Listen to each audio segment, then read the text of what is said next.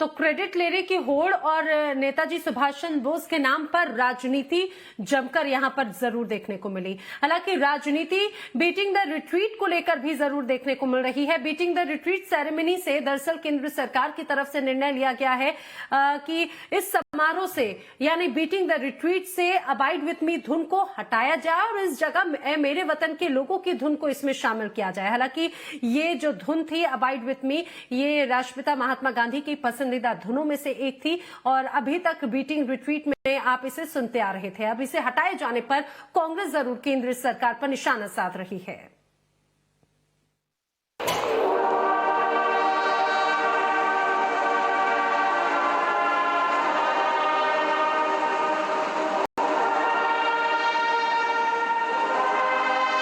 Abide with me 70 सालों से गणतंत्र दिवस के बीटिंग रिट्रीट सेरेमनी में बजने वाली ये धुन अब नहीं बजेगी।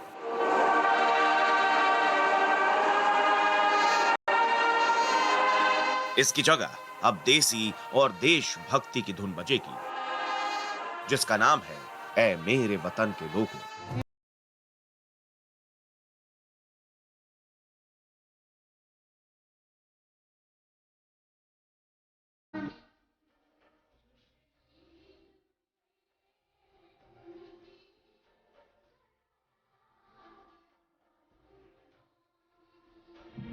छब्बीस जनवरी को परेड के बाद 29 जनवरी की शाम बीटिंग रिट्रीट समारोह में 21 धुनें बजेंगी, लेकिन अबाइड विद मी नहीं बजेगी। इसकी जगह ऐ मेरे वतन के लोगों की धुन बजाई जाएगी।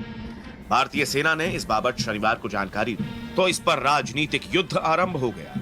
ऐसा इसीलिए क्योंकि अबाइड विद मी की धुन राष्ट्रपिता महात्मा गांधी को बहुत पसंद थी। साल 1950 से लगातार इस धुन को बीटिंग रिट्रीट सेरेमनी के आखिर में बजाया जाता रहा है। इसी धुन के साथ बीटिंग द रिट्रीट सेरेमनी खत्म होती है, गणतंत्र दिवस का उत्सव खत्म होता है। पर अब ऐसा नहीं होगा, इसलिए कांग्रेस की अगुवाई में विपक्ष को मोदी सरकार पर बापू के अपमान का इल्जाम लगाने का एक और मौका मिल गया। कांग्रेस प्रवक्ता शमा मोहम्मद ने ट्वीट किया, बीटिंग रिट्रीट से गांधी जी का पसंदीदा धुन हटा दिया गया है। ये बीजेपी सरकार की तरफ से बापू की विरासत को मिटाने का एक और प्रयास है। वही गांधी जी के खिलाफ टिप्पणी करने वाली नेता साध्वी प्रज्ञा पर भी अब तक कोई कार्रवाई नहीं हुई। ये घोड़से के लिए बीजेपी का प्यार है। कांग्रेस नेता अजय कुमार ने भी ट्वीट किया, नया भारत, न अमर जवान ज्योति, न बीटिंग द रिट्रीट के दौरान अबाइड विद मी। शिवसेना की राज्यसभा सांसद प्रियंका चतुर्वेदी भी इस लड़ाई में कूद पड़ी। सवाल के साथ पूछा, क्या न्यू इंडिया को फिर से लिखने के लिए अमूल्य परंपराओं को जोड़ना जरूरी है? It's very, very sad that in the 75th year of our independence, the government should decide to abandon the hymn Abide with Me. It hurts a lot of people. It hurts a lot of thinking people, sensitive people. I hope that better sense will prevail, and on the Beating the Retreat day, Abide with Me will be restored as one of the songs to which our troops will march. राजनीति शुरू हुई, विवाद हुआ तो सरकार को जवाब देना पड़ा। ये बताना पड़ा कि आखिर बापू की पसंदीदा धुन को बीटिंग रिट्रीट से क्यों हटाया गया। सरकारी सूत्रों के मुताबिक ऐसा इसीलिए किया गया ताकि बीटिंग रिट्रीट में भारतीय धुनें शामिल की जा सके। आजादी का अमृत महोत्सव चल रहा है, इसीलिए इसमें देसी धुनें ही शामिल की जा रही हैं। ऐ मेरे वतन के लोगों एक भारतीय धुन है। यह उन शहीदों को श्रद्धांजलि है जिन्होंने भारत की एकता, अखंडता और सुरक्षा के लिए बलिदान दिया। अंग्रेजों के इतिहास से जुड़ी धुनों को हटाकर भारतीय धुनों को शामिल करना एक सतत प्रक्रिया है।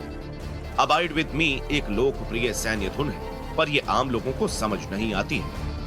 ऐ मेरे वतन के लोगों एक लोकप्रिय धुन है जिसे अधिकांश भारतीय पसंद करते हैं। कांग्रेस पार्टी को स्वदेशी से ज्यादा विदेशी हर चीज ज्यादा भाती है, चाहे नेतृत्व हो, चाहे धुन हो, चाहे मूर्ति हो। ऐ मेरे वतन के लोगों का है तो उससे कांग्रेस पार्टी को दिक्कत और परेशानी और नफरत क्यों है? इस धुन पर तो खुद स्वयं नेहरू जी भी उनके आंसू निकल आए थे, ऐसा बताया जाता है। तो आज कांग्रेस पार्टी को इस धुन से क्या नफरत है? पक्ष का अपना तर्क है, विपक्ष का अपना, और इस तरह बापू और उनकी विरासत को लेकर देश में एक नई जंग और बहस छिड़ गई है। सवाल यही है कि क्या देसी और भारतीय धुनों को बीटिंग रिट्रीट में शामिल करना बापू का अपमान है, उनके विरासत को मिटाने की कोशिश है?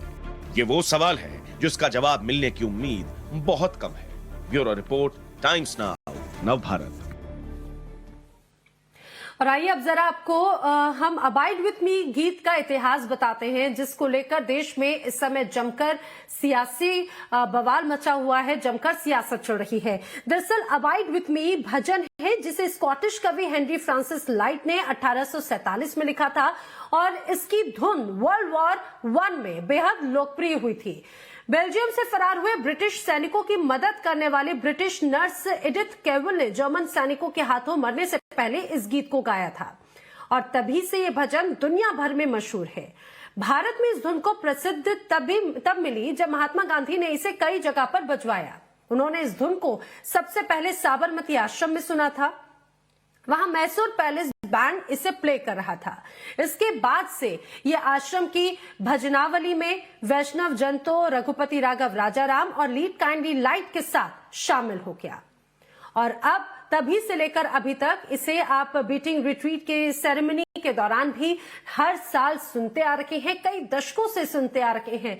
लेकिन अब इसमें बदलाव किया जा रहा है और अब केंद्र सरकार के इस निर्णय के बाद में विपक्ष जरूर निशाना साध रहा है। राष्ट्रपिता महात्मा गांधी के सम्मान को लेकर इसे जोड़ा जा रहा है।